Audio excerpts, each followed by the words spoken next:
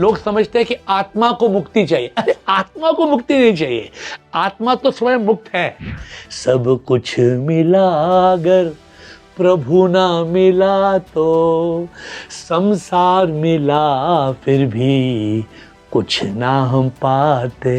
8 stages to spiritual awakening and to live।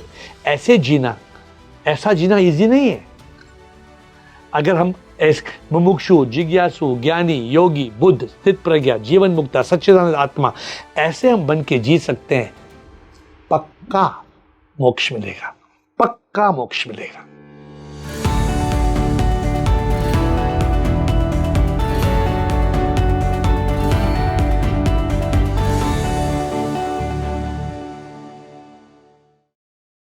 नमस्कार भारत, आप देख रहे हैं स्पीकिंग ट्री। मैं हूं आपके साथ इला गोस्वामी। देखिए, आपने जन्म की और मृत्यु की और मोक्ष की बहुत सारी थ्योरीज पढ़ी होंगी, लेकिन अगर मैं आपसे कहूं कि जो आज के मेरे गेस्ट इस पॉडकास्ट में जुड़ रहे हैं, उनका ये कहना है कि चाहे अच्छे कर्म हो चाहे बुरे कर्म हो, अगर कर्म हो रहे हैं तो मोक्ष संभव नहीं है। ये सिर्फ मैं एक लाइन में आपको बता रही हूँ, उसका पूरा एक्सप्लेनेशन पॉडकास्ट में मौजूद है। आप ज़रूर सुनिएगा इस पूरे पॉडकास्ट को, तब आपको समझ में आएगा कि कितनी डीप बात है ये, और कैसे आप अपनी जो मटेरियलिस्टिक लाइफ है इसको ही आगे ले जाते हुए मोक्ष की तरफ जा सकते हैं। हमने उन जर्नी पर भी बात करी है, उन 8 स्टेप्स पर भी बात करी है जो स्पिरिचुअल अवेकनिंग के लिए बहुत ज़रूरी हैं। तो मेरे साथ जो आज मेहमान जुड़ रहे हैं, उनकी ख़ास बात है कि वो अचीवमेंट से एनलाइटमेंट की तरफ पहुँचे हैं। कौन है वो मेहमान, मैं आपको मिलवाती हूँ। एयर आत्मानंद रवि मेरे साथ जुड़ रहे हैं, स्पिरिचुअल गुरु हैं। बहुत बहुत स्वागत है आपका। थैंक यू, नमस्कार। मैं आज बहुत खुश हूँ क्योंकि हमारी जब ऑफ द कैमरा भी बात हो रही थी तो मुझे समझ आ गया था कि आज क्या कंटेंट मिलने वाला है हमारे दर्शकों को। आप यकीन मानिए, पूरा स्पिरिचुअल पॉडकास्ट होने वाला है। हम सोल को डिस्कस करेंगे, हम एलिवेटेड एनलाइटेंड सोल्स को भी डिस्कस करेंगे, और हम इस बात को भी डिस्कस करेंगे कि कैसे मटेरियलिस्टिक वर्ल्ड में रह के आप अवेकनिंग कर सकते हैं। बिल्कुल। तो सर, सबसे पहले सवाल उठता है ये कि सनातन धर्म ही एकमात्र धर्म है जहाँ रीबर्थ, रीइंकारनेशन की बात होती है, पुनर्जन्म की बात होती है, एंड पास्ट लाइफ की बात होती है। तो क्या हमारे जो कर्म होते हैं वो रीबर्थ में वैल्यू रखते हैं? कहीं उनका इंटरफेरेंस होता है? रीबर्थ या पुनर्जन्म क्यों होता है? रीबर्थ या पुनर्जन्म इसलिए होता है कि हमारे कर्म हैं। अगर कर्म नहीं है तो जन्म भी नहीं होगा। देखिए, लोग क्या समझते हैं, लोग समझते हैं बुरा कर्म नहीं करना चाहिए, बिल्कुल बुरा कर्म नहीं करना चाहिए, लेकिन लोग समझते हैं अच्छा कर्म करना चाहिए। अच्छा कर्म करना चाहिए, लेकिन अगर अच्छा कर्म करेंगे मुक्ति नहीं पाएंगे, क्योंकि अच्छा कर्म करने पर उसका इनाम तो मिलना है। इनाम मिलने के लिए फिर वापस जन्म लेना है। तो एक गाने में मैं कहता हूं, वो क्या मेरी तकदीर जो पैदा हुआ मैं, संसार में आया मैं, संसार में आया मैं क्यों, क्या मैंने किया है। मुक्ति मुझे पाना है, मुझे मोक्ष पाना है, फिर क्यों फंसा मैं संसार में, मैं फंसा क्यों, क्या मैंने किया है। तो लोग नहीं समझते हैं कि तुमने अच्छा कर्म किया है फिर भी जन्म लेना पड़ेगा। अगर मुक्ति चाहिए, मोक्ष चाहिए, तो कर्मों से मुक्त होना है, कर्मी नहीं बनना है, कर्म योगी बनना है। तो दिस इज द एसेंस। लेकिन आपको नहीं लगता कि ये आम लोगों के लिए बड़ा ही मुश्किल है कि पहले तो हम बचपन से सुनते आए हैं जी, अच्छे कर्म करो बेटा, अच्छे कर्म करो, ताकि ये बार बार पुनरअपि जन्मम पुनरअपि मरणम से तुम्हें मुक्ति मिल जाए, और अभी आपने तो एकदम कॉन्सेप्ट ही बदल दिया कि अच्छे कर्म करोगे वे भोगने आओगे। नहीं, बिल्कुल, ये बिल्कुल सच्चाई है। सच्चाई ये है कि अगर मुझे चॉइस है, मुझे चुनना है, बुरा कर्म करूं या अच्छा कर्म करूं, I am taking to an next point. तो बुरा कर्म करेंगे या अच्छा कर्म करेंगे, स्वर्ग और नरक आसमान में नहीं है, यही धरती पे है ना। जो बुरा कर्म करेगा वो नरक में जन्म लेगा, जो अच्छा कर्म लेगा वो स्वर्ग में जन्म लेगा। लेकिन जैसे बुद्ध ने कहा है, जो भी जन्म लेगा उसको दुख सहना ही है। तन का, मन का, अहंकार का, 3 पीड़ा हमें सहना ही है। मुक्ति पाने के लिए ये रहस्य है, लोगों को समझना है कि हमें अगर मुक्ति चाहिए तो कर्मों से मुक्ति पाना है। कृष्ण क्या कहता है भगवद गीता में? कहता है कि जो भी तुम करते हो कृष्ण अर्पणम करो, निमित्त बन जाओ। हाँ, और कर्म योगी बनना है। कर्म योगी मतलब कर्म करो लेकिन फल की इच्छा मत। उसका मतलब ये है कि डूअरशिप, कि मैं करता हूं उसको मिटा दो। That is the way. बड़ा चैलेंजिंग है लेकिन ये आजकल के समाज में करना। लेकिन यही सच्चाई है। देखिए, जो मन और अहंकार, mind and ego, me English में बोलते हैं, ये मन और अहंकार ही हमें इस संसार में अटका देता है, लटका देता है, हम फंस जाते हैं। अभी कर्म जो है, कर्म करता कौन है बताइए? एक बहुत रैंडम आंसर यही आएगा, हमें कर्म करता, हम कर रहे हैं। हम कर्म करें। हाँ। अभी तन के बगैर क्या कर्म हो सकता है? नहीं। तो तन कर्म करता है। हाँ जी। तन को कर्म कौन कराता है? आत्मा ना, मन और अहंकार। ओके। और आत्मा वो शक्ति है जिससे तन कर्म करता है। आत्मा सिर्फ एक शक्ति है। अभी फॉर एग्जाम्पल एक टीवी है, उस पे शक्ति बिजली से टीवी चलती है। बिजली के कारण अच्छी या बुरी फिल्म नहीं चलती है। बिजली का काम यह है कि टीवी को करंट देना, लेकिन जो मूवी बनाता है अच्छी या बुरी फिल्म, वो जो प्रोड्यूसर है, डायरेक्टर है, वो बनाता है। तो तन मरता है और तन का कर्म खत्म हो जाता है। पुनर्जन्म कौन लेता है? आत्मा ना। पुनर्जन्म आत्मा नहीं लेती है, पुनर्जन्म मन और अहंकार लेता है। जब मन और अहंकार, तो कर्म किस कर्म का हिसाब किसका है? तन तो मर जाता है, मन और अहंकार कर्म को उठा के पुनर्जन्म लेता है। पुनर्जन्म कौन दिलाता है? आत्मा दिलाती है। अच्छा, वो जरिया है। इट्स अ शक्ति, द पावर ऑफ सोल। हम सोल की बात करते हैं, SOUL। What is SOUL? Spark of unique life. आपकी जो आत्मा है, मेरी जो आत्मा है, लगने में अलग अलग है। जैसे ये एक लाइट है, ये एक लाइट है, इसकी बिजली अलग है, इसकी बिजली अलग है, इसका स्विच अलग है, इसका स्विच अलग है। मेन स्विच एक ही है। तो आपका मेरा जो मेन स्विच है वो परमात्मा एक है। आपकी आत्मा अलग, मेरी आत्मा अलग। तो we can go on, the whole discussion can go in its own flow. आपने सर सोल की बात करी। आज का पूरा टॉपिक मैंने ना अवेकेंड सोल्स और कुछ ऐसे स्पिरिचुअल साइंस पर ही रखा है कि लोगों को काफ़ी इंटरेस्ट रहता है कि पता चले कि अवेकेंड सोल्स क्या होती हैं, एलिवेटेड सोल जिसको हम कहते हैं।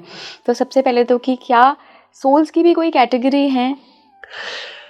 एक्चुअली हम बोलने में बोलते हैं अवेकेंड सोल, लेकिन जो सोल है, क्या ये बिजली और वो बिजली अलग है क्या? बिजली तो एक ही है, जो शक्ति है वो एक ही है, लेकिन जो हम अवेकेंड बोलते हैं वो जीव आत्मा की बात हम करते हैं। जीव आत्मा के बगैर कुछ नहीं है। जीव आत्मा में कौन कौन है? जीव आत्मा में है तन, मन अहंकार और आत्मा। तीन चीजें हैं। जैसे आज मैं आपको एक्सप्लेन करने के लिए, just to get to the background, एक कंप्यूटर है। हाँ जी। कंप्यूटर में क्या है? कंप्यूटर में हार्डवेयर है। हार्डवेयर मतलब स्क्रीन है, कीबोर्ड है, हार्ड डिस्क है, ठीक है। क्या ये हार्डवेयर विदाउट सॉफ्टवेयर चल सकता है? नहीं सकता। और सॉफ्टवेयर चाहिए। Software is mind and ego. क्या सॉफ्टवेयर विदाउट हार्डवेयर चल सकता है? नो। तो कंप्यूटर चलने के लिए क्या चाहिए? Software and hardware, correct, both. But लोग समझते हैं हार्डवेयर और सॉफ्टवेयर से कंप्यूटर चलेगा ना। अगर पावर सप्लाई नहीं है तो नहीं चलेगा। तो कितनी चीज चाहिए? तीन चीज चाहिए। Easy to understand. The body is the hardware, स्थूल शरीर। The mind and ego is the software, सूक्ष्म शरीर। और जो कारण शरीर है, जो शक्ति है, वो आत्मा है। तो हम एक जीव आत्मा में तीन चीजें हैं। तन है, मन और अहंकार है, और आत्मा। ये तीन चीजों से इंसान बनता है, जीव आत्मा बनता है। तो पीपल आर कंफ्यूज्ड। अभी अवेकेंड सोल के बारे में आपको तो जो जीव आत्मा जागृत है, उसका मतलब ये नहीं कि सिर्फ आत्मा जागृत है। अरे आत्मा तो परमात्मा है, आत्मा परमात्मा का एक अंश है। तो मेरी आत्मा, आपकी आत्मा, हर आत्मा वैसे जागृत है। लोग समझते हैं कि आत्मा को मुक्ति चाहिए। अरे आत्मा को मुक्ति नहीं चाहिए, आत्मा तो स्वयं मुक्त है।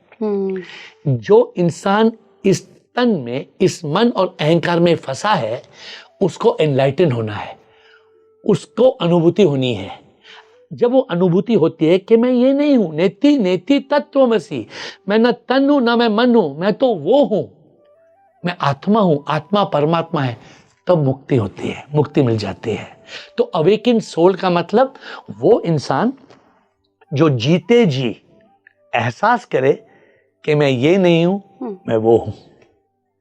तो ऐसे कुछ मिराकुलस से डिवाइन एंड कुछ मिस्टिक साइंस नहीं होते हैं किसी अवेकेंड सोल के? नो, अवेकेंड सोल को अनुभूति है कि मैं कौन हूं।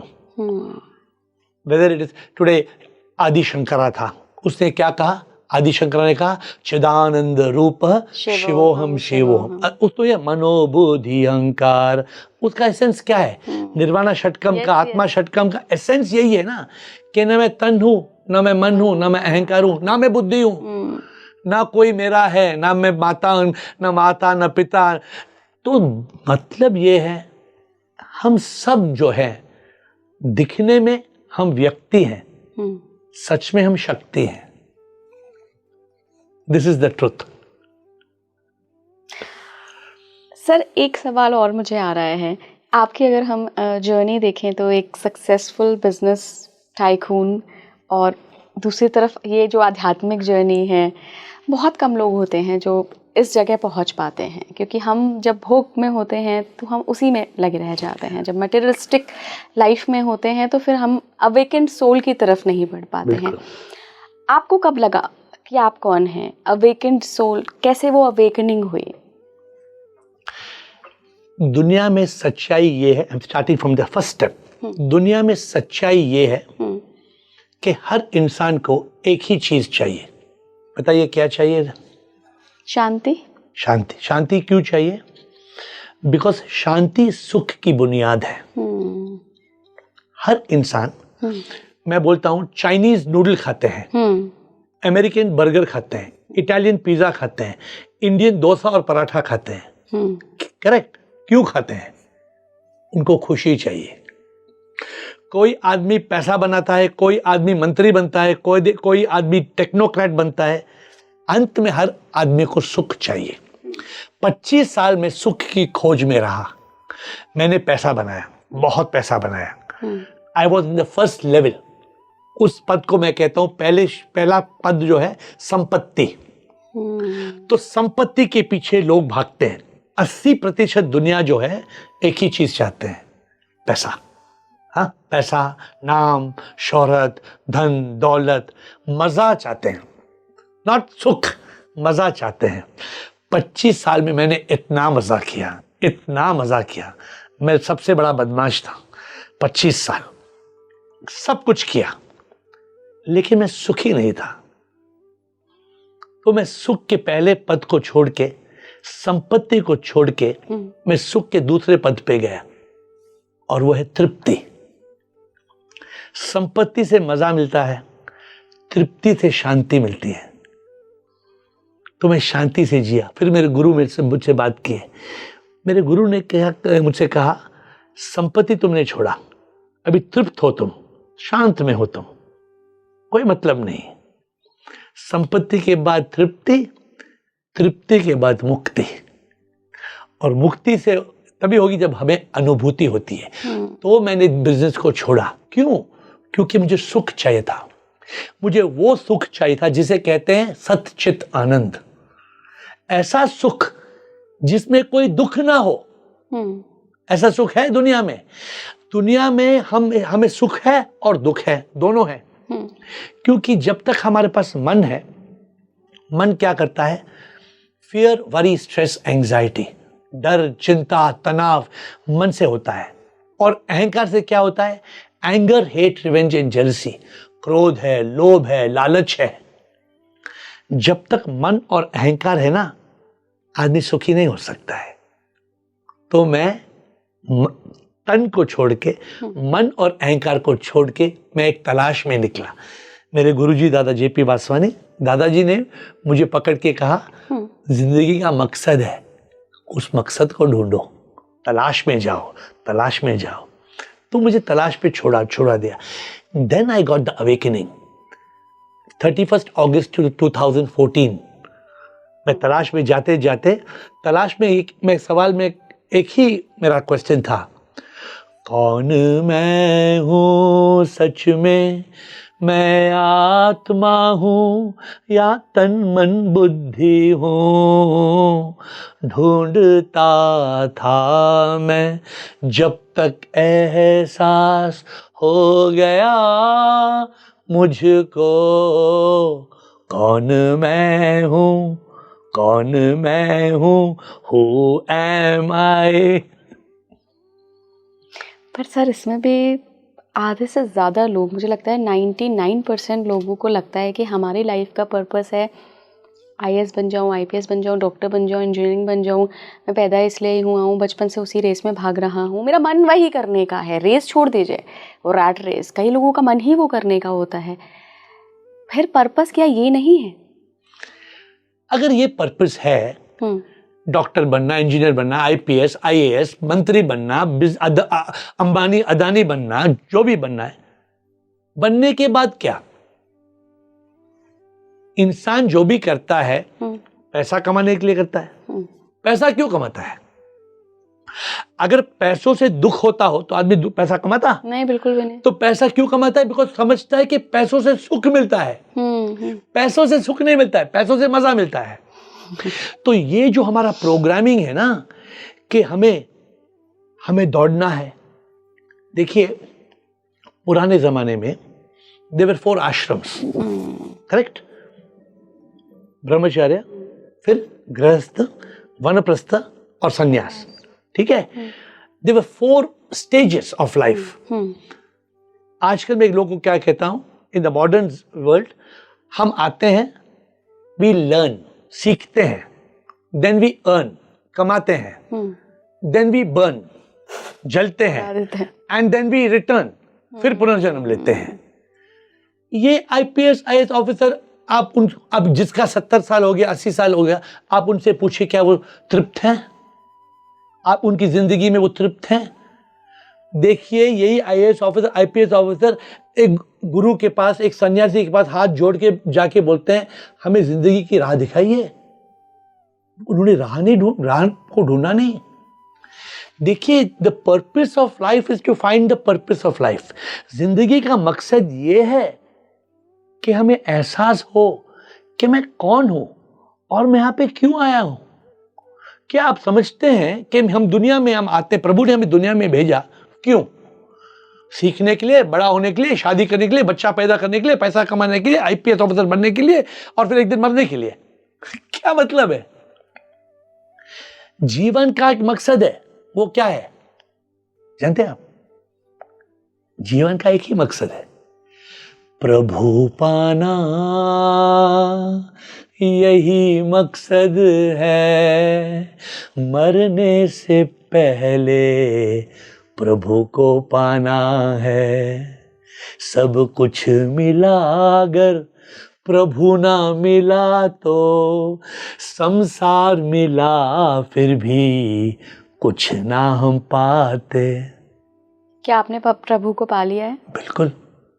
मैं तो कण कण में प्रभु को देखता हूँ। मैं आपके अंदर प्रभु को देखता हूँ। आपकी जो सुंदरता है, मैं इस सुंदरता को आपके चेहरे से नहीं देखता हूँ। जब मैं आपको देखता हूँ तो मुझे क्या मन में आता है पता है? सत्यम शिवम सुंदरम। उसका मतलब है, सत्य ये है कि जो सुंदर है वो तो शिव है। बिल्कुल बिल्कुल। अगर सुंदरता से शिव निकल जाता है तो सुंदरता क्या बचता है? क्या बचती है? देखिए, रामावध में, काशी में शिव, कान्हा वृंदावन में। दया करो प्रभु देखूं इनको, दया करो प्रभु देखूं इनको, हर घर के आंगन में।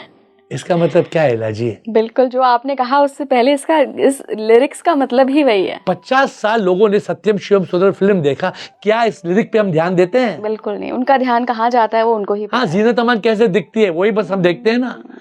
लेकिन देखिए, जो प्रभु का एहसास करता है ना, वो प्रभु को हर जगह देखता है, हर इंसान में भगवान देखता है, हर सुंदर फूल में प्रभु देखता है, हर पंछी को प्रभु समझता है।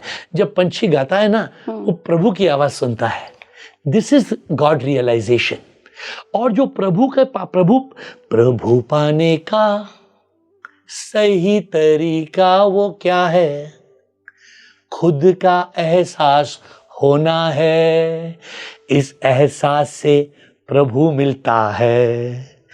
तन और मन ना, हम तो सच में आत्मा है, आत्मा ही परमात्मा है, ये जानने का तरीका क्या है?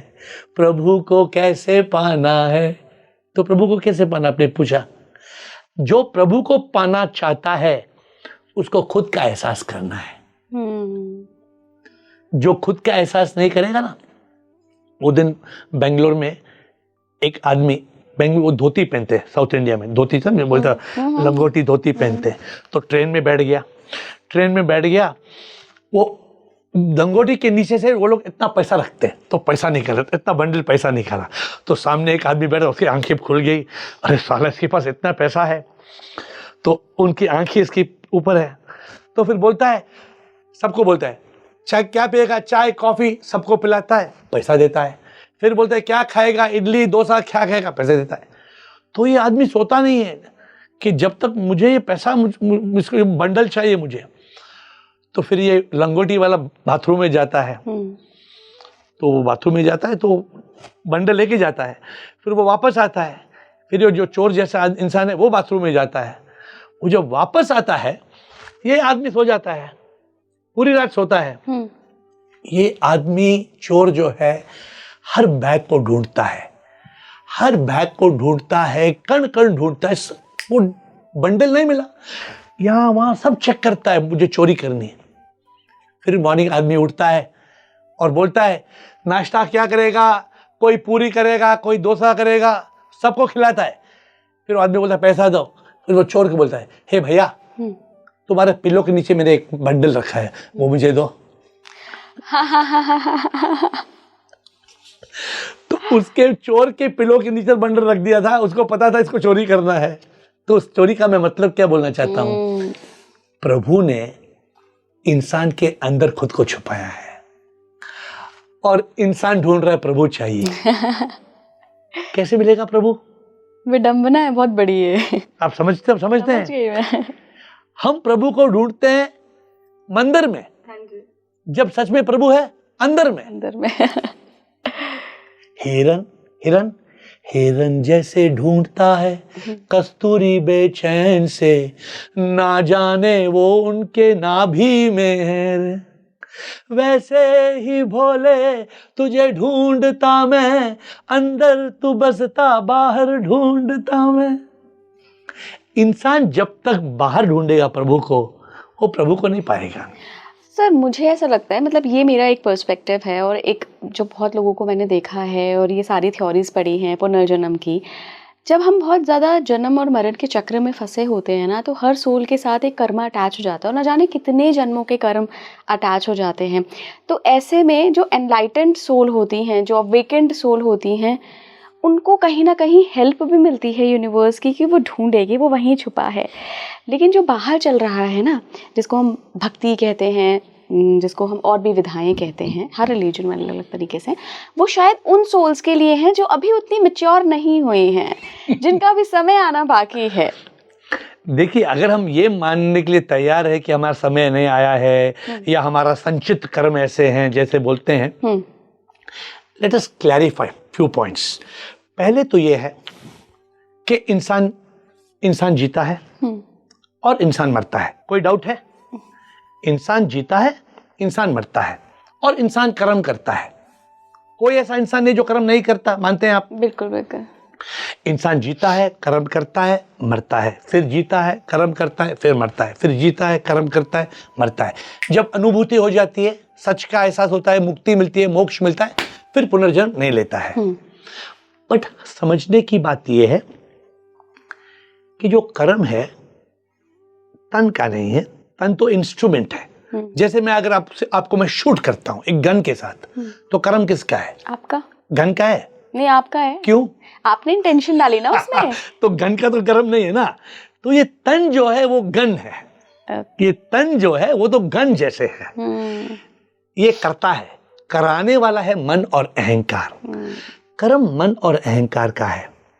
ये जो आत्मा है, जो लोग बिगेस्ट प्रॉब्लम, लोगों की गलतफहमी, सबसे बड़ी गलतफहमी क्या है? लोग समझते हैं कि आत्मा के साथ कर्म जुड़ा है। आत्मा के साथ कोई कर्म नहीं जुड़ा है। आत्मा एक शक्ति है जो जन्म देती है। आत्मा तो परमात्मा है जो आपके अंदर है, मेरे अंदर है। आत्मा का कोई कर्म नहीं है। जब तक हम ये गलतफहमी को दूर नहीं करेंगे, हमें मुक्ति नहीं मिलेगी। ये जो हम अवेकिन सोल के बारे में आप बात करते हैं, देखिए जो अभी हम जन्म लेते हैं, एक ऐसे कर्म से हम जन्म लेते हैं जिसको बोलते हैं प्रारब्ध कर्म। प्रारब्ध कर्म मतलब जो ओपनिंग बैलेंस हम शुरू करते हैं। फिर एक कर्म है जिसको बोलते हैं आगामी कर्म।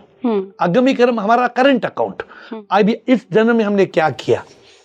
ये दो कर्म जो है जुड़ के इट बिकम्स जुड़वा कर्म। जुड़वा मतलब ट्विन कर्म। इस कर्म से जो भी दुनिया में हो रहा है, हमारे प्रारब्ध और आगामी कर्म जुड़ के जो भी दुनिया में होता है, इन दो कर्मों से होता है। मौत पे दो बातें हो सकती हैं, दो ही बातें। एक, या तो मुक्ति या तो पुनर्जन्म। Either there will be reincarnation or realization. ये कठोपनिषद में क्लियरली लिखा गया है। कठोपनिषद में जो यमा और नचिकेता का स्टोरी है, तो उसको ये समझाता है। ये कठोपनिषद इतना सुंदर कथा है कि या तो तुम मरेगा, या तो जन्म लेगा, या प्रभु से एक हो जाएगा। प्रभु से एक होने का मतलब यही है कि तुम एहसास करो तुम एक अमर आत्मा हो, तुम्हारा कोई कर्म नहीं है, आत्मा परमात्मा से एक हो जाता है, पुनर्जन्म नहीं है। ये इतनी आसान बात है, इतनी आसान बात है, लोग मानने के लिए तैयार नहीं है कि इतनी आसान बात है। सच बात तो इतनी आसान है कि हम आत्मा है, हम परमात्मा है, लेकिन हम जाने के लिए हम तैयारी नहीं है। सर, पर आप देखिए ना कि कलयुग चल रहा है, कितना केओस है और कितना मटेरियलिस्टिक समाज है। अगर हम अभी देखें, अभी जो सोशल मीडिया के थ्रू भी, मतलब बहुत अच्छी बात है कि स्पिरिचुअलिटी भी बहुत घर घर पहुंच रही है। अब गांव में भी लोग पॉडकास्ट देख रहे हैं, it's a very good thing. लेकिन दूसरा पहलू उसका ये भी है कि सोशल मीडिया के थ्रू बहुत चमक धमक भी पहुंच रही है, बहुत मटेरियलिज्म को बढ़ावा भी मिल रहा है। तो ऐसे में बहुत मुश्किल है रियलाइजेशन होना। इसके लिए एक सही गुरु मिलना बहुत इंपॉर्टेंट है। ऐसा गुरु जो खुद जागृत हो। जो जागृत है वही दूसरों को जगा सकता है। देखिए, अगर मैं एक गुरु के पास जाता हूं और वो मुझे गलत रास्ते ले जाता है, तो कहां पहुंचूंगा मैं? गलत। जैसे जीपीएस है, हम गाड़ी में जीपीएस यूज करते हैं, तो जीपीएस में अगर हमने एंटर कर दिया, तो मैं आपको नोएडा के बदले में जाके गुड़गांव पहुंच जाता मैं। तो जीपीएस इज द गुरुज पावरफुल सिग्नल। अरे वाह। तो we need the right signal. GPS सही चाहिए। आपने कहा सोशल मीडिया, हाँ बिल्कुल सही है। सोशल मीडिया गलत भी यूज हो सकता है और सोशल मीडिया सही भी यूज हो सकता है। अगर सही पॉडकास्ट सुन के कोई जागृत हो सकता है, कोई मुमुक्षु बन सकता है, कोई जिज्ञासु बन सकता है। तो there is a clear method. आज के जमाने में सोशल मीडिया में भी एसेंशियल पॉइंट क्या है? लोगों को सुख चाहिए। लोग रील देखते हैं, अच्छा रील अच्छा है तो देखते हैं, अच्छा नहीं नेक्स्ट नेक्स्ट नेक्स्ट। मजा आता है तो रोकते हैं, मजा आता है लाइक करते हैं, शेयर करते हैं, मजा आता है तो। लेकिन मजा के बाद सजा आता है, डोपामाइन रश। हाँ, you don't want dopamine, you want serotonin. Because अगर हमें प्लेजर चाहिए, there are 3 P's to happiness. लोग हैप्पी स्पेल करते हैं HAPPY, मैंने काट दिया, हैप्पी गलत, HAPPY। 3 P है। पहला P है प्लेजर, मजा। दूसरा P है पीस, शांति। तीसरा पी है पर्पस, मकसद। जो मकसद प्राप्त करता है ना, वो ये सोशल मीडिया वगैरह उसमें नहीं अटकेगा, देखेगा, अटकेगा नहीं। देखना एक बात है, अटकना एक बात है। हम संसार में हमें जीना है कैसे? सोशल मीडिया देखना है कैसे? कमल का फूल जैसे झील में ना डूबता है, योगी भी माया में ना डूबता, ध्यान में वो रहता है, मन ना भटकता है, सांस सांस में प्रभु को चाहता। ऐसे जीना है, एक कमल के फूल जैसे। Be in the lake but don't sink in the lake. Sir मैं देख रही हूँ यहाँ पे भी जो आपने मुझे ये प्यारी सी बॉल दी है, इसमें भी हैप्पी में ट्रिपल पी ही है। बट इसमें एक शब्द और लिखा है, एक लाइन, डिस्कवर द सीक्रेट। ये सीक्रेट क्या है, क्या डिस्कवर करना है? एक्चुअली जो हम अब तक बात कर रहे हैं ना, इसमें एक कनेक्शन है। आध्यात्म और सुख में क्या कनेक्शन है? आध्यात्म और सुख में ये कनेक्शन है, जो सबसे ज्यादा सुख चाहता है आध्यात्म के बगैर नहीं पा सकता है, और जो आध्यात्म पाता है वो सच्चिदानंद पाता है, सबसे बड़ा सुख पाता है। और ये बॉल में जो 3 पी है, इसमें सीक्रेट क्या है, रहस्य क्या है? बहुत simple, it is be happy, BEHAPPY, be happy. B मतलब ब्रिंग बैक कॉन्शियसनेस, मन से चित्त में आओ। ई का मतलब eliminate the mind and enlighten the ego. पहले मन को मारना है। क्यों? मन बड़ा है चोर, चैन चुराता है, डर और चिंता में हमें डुबाता है, सत्य छुपाता है, मिथ्य दिखाता है, शांति जो अपनी मन चुराता है। मन को है मारना, दुश्मन बड़ा है वो, मन को जो मारे शांति वो पाता। तो secret of happiness is be happy, have enthusiasm, विश्वास से जियो, एक्सेप्ट एंड सरेंडर, कबूल करो, समर्पण करो। मजा चाहिए, शांति चाहिए, मकसद चाहिए, और योगी बन के जियो। This is the essence of be happy. ये एक रहस्य है। मैं तो एवरी डे 7 o'clock इंस्टाग्राम में एक टॉक देता हूँ, एयर हैप्पीनेस सीक्रेट। क्यों? क्योंकि पूरी दुनिया जो है, 8 billion people all want happiness. आध्यात्म जो है 800 करोड़ लोग नहीं चाहते हैं। दुनिया में शायद 8 करोड़ भी, 800 करोड़ में शायद 8 करोड़ के लोग आध्यात्म चाहते हैं, लेकिन सब 800 लोग करोड़ सुख चाहते हैं। और सुख पाने का एक ही तरीका है, एनलाइटनमेंट, अनुभूति, आध्यात्म।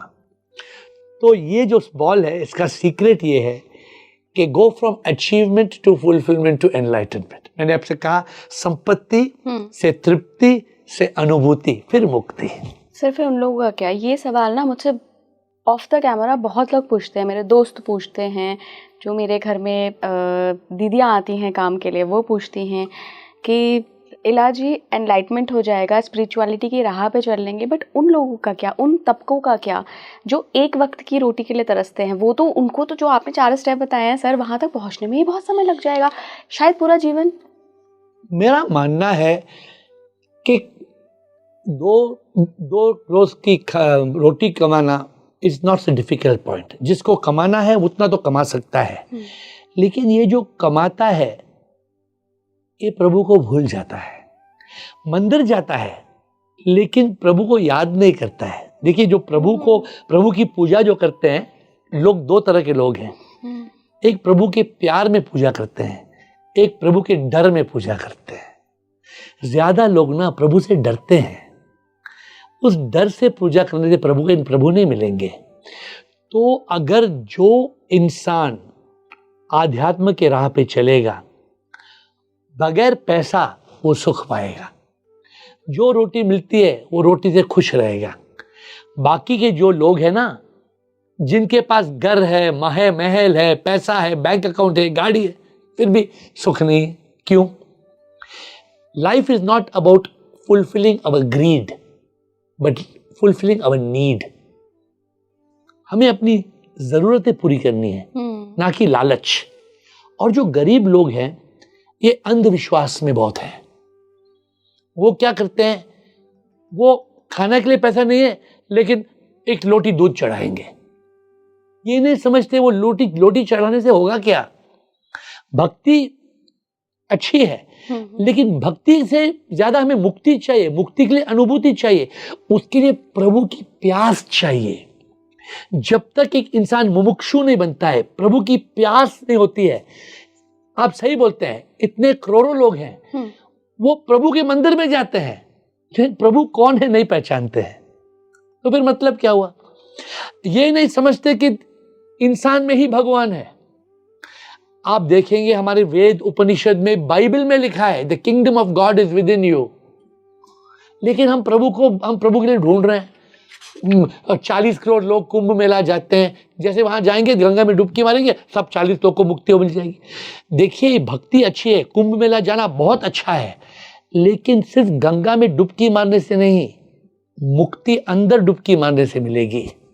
सर क्या पता ये साधन हो, गंगा का पानी, वहां के एनर्जीज, क्या पता एक साधन हो वो एनलाइटमेंट के लिए कि तुम्हें जरूरत क्या है। बिल्कुल, ये एक पहला साधन है। हाँ। अंतिम साधन नहीं है। हाँ बिल्कुल, ये मैं भी अग्री करती हूँ कि मोक्ष नहीं मिल जाएगा। ये गलत फहमी है लोगों को। देखिए मोक्ष, मैं आपको एक बात कहता हूं, हर इंसान मोक्ष का आधारी है। हर इंसान को एनलाइटनमेंट मिल सकता है, हर इंसान को, अगर वो इंसान प्रभु की प्यास में जिए।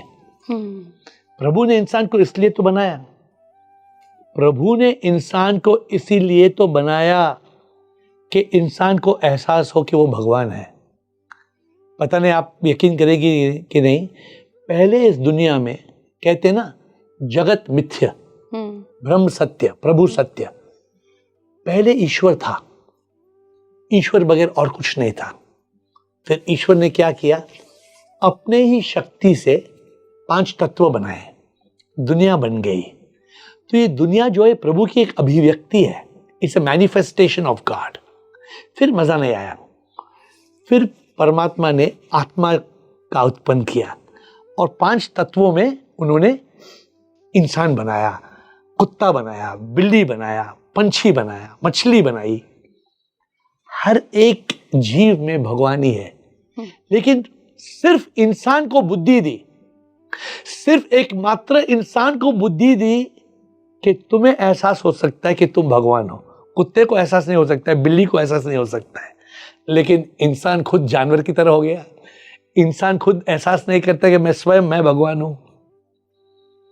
तो यही जीवन का मकसद है कि हम जाके ये एहसास करें कि ना हम ये तन है जो मर जाएगा, ना हम ये मन और अहंकार है जो है ही नहीं, हम तो आत्मा है जो स्वयं परमात्मा है। इस अवेकनिंग के लिए भी सर हमें लगता है कि स्टेजेस को समझना ज़रूरी है कि क्या कोई चरण हैं जिनके थ्रू ये स्पिरिचुअल एनलाइटमेंट या स्पिरिचुअल अवेकनिंग हो सकती है, होती है। मैंने एक किताब लिखा है the 8 stages of spiritual awakening. अगर किसी को मोक्ष चाहिए, मोक्ष हर एक पा सकता है। कैसे? पहला पद है मुमुक्षु बनना। मुमुक्षु बनना का मतलब है कि मुझे मुक्ति के लिए, प्रभु के लिए प्यास हो। मुमुक्षु के बाद जिज्ञासु। जिज्ञासु कौन है? जो ये पूछे मैं कहां से आया, मरने के बाद मैं कहां जाऊंगा, आत्मा क्या है, भगवान कौन है। जिज्ञासु सवाल करता है। जो मुमुक्षु है और जो जिज्ञासु है वो तीसरे पद पे पहुंचता है, वो ज्ञानी बनता है। ज्ञानी बनना बस नहीं है, ज्ञानी के बाद इंसान योगी बनता है। जो इंसान मुमुक्षु जिज्ञासु ज्ञानी योगी बनता है वो इंसान बुद्ध बनता है। उसको एक जागृति होती है कि मैं नहीं, नेति नेति तत्त्वमसि। 5 पद हो गए। उसके बाद इंसान को स्थित प्रज्ञ बनना है, मतलब स्थिर बुद्धि से जीना है। उसके बाद इंसान जीवन मुक्ता बनता है कि तन मन अहंकार से मुक्त हो जाता है। और उसके बाद 8वां पद है, इंसान सच्चिदानंद आत्मा बन के जीता है। ऐसा इंसान जो सच्चिदानंद आत्मा बन के जीता है मौत पे मोक्ष प्राप्त करता है। तो ये 8 स्टेजेस आपने बताई हैं। 8 stages to spiritual awakening and to live. ऐसा जीना इजी नहीं है। अगर हम मुमुक्षु, जिज्ञासु, ज्ञानी, योगी, बुद्ध, स्थित प्रज्ञा, जीवन मुक्ता, सच्चिदानंद आत्मा, ऐसे हम बन के जी सकते हैं, पक्का मोक्ष मिलेगा, पक्का मोक्ष मिलेगा। मुझे लगता है लोगों को ज़रूर एक बार ये बुक भी पढ़नी चाहिए और ट्राई भी करना चाहिए। इट इज द रियलिटी कि एटलीस्ट हम शुरुआत तो कहीं से करें। देखिए, जब मुझे एहसास हुआ, मैंने क्या लिखा, इंसान मैं नहीं, सच में भगवान हूँ, दिखता जो मैं वो नहीं, आत्मा मैं हूँ, अनुभूति हो गई, एहसास हो गया, नेति नेति तत्वमसि, ये नहीं वो मैं हूँ। इला जी, ये मैं आपसे नहीं कह रहा हूँ, ये तो हजारों साल पहले उपनिषद में लिखा है। उपनिषदों में 4 महावाक्य है। 4 महावाक्य है, तत्वमसि, अयमात्मा ब्रह्मा, अहम ब्रह्मस्मि, प्रज्ञानम ब्रह्मा। और इन 10 शब्दों, 4 महावाक्य 10 शब्द के हैं। इन 10 शब्दों में 2 शब्द ऐड कीजिए, नेति नेति। इन 12 शब्दों में पूरा सनातन धर्म का राज छुपा है। पूरा सनातन धर्म 12 शब्दों में इंसान पा सकता है। बस इस सही राह पे सही तरह इन शब्दों का अंडरस्टैंड करना है, उसको ज्ञान मिलना है, एक सही गुरु मिलना है, मुक्ति मिल सकती है। बिल्कुल बिल्कुल सर, बहुत बहुत धन्यवाद सर जुड़ने के लिए। और इतनी सारी, मतलब आज तो आपने काफ़ी सारे कॉन्सेप्ट मैंने पहली बार सुने। जब हम आत्मा की बात करते हैं, जब हम जीवात्मा की बात करते हैं, उस परम सत्ता की बात करते हैं, बहुत अलग कॉन्सेप्ट थे। और जो मोक्ष की आपने बात करी, जो हमने कर्मा की भी थ्योरी में बात करी, लोगों को काफ़ी आज नई नॉलेज मिली है। एंड आई होप कि उनको बहुत पसंद आया होगा। देखिए, पसंद से ज़्यादा मैटर ये करता है कि आप कुछ अपने जीवन में उतारें, क्योंकि जब शुरुआत नहीं करेंगे तो बस सुन के दूसरे कान से निकालने का कोई फ़ायदा नहीं है। Thank you so much sir. Thank you. आप जुड़े रहिए स्पीकिंग ट्री के साथ। नमस्कार।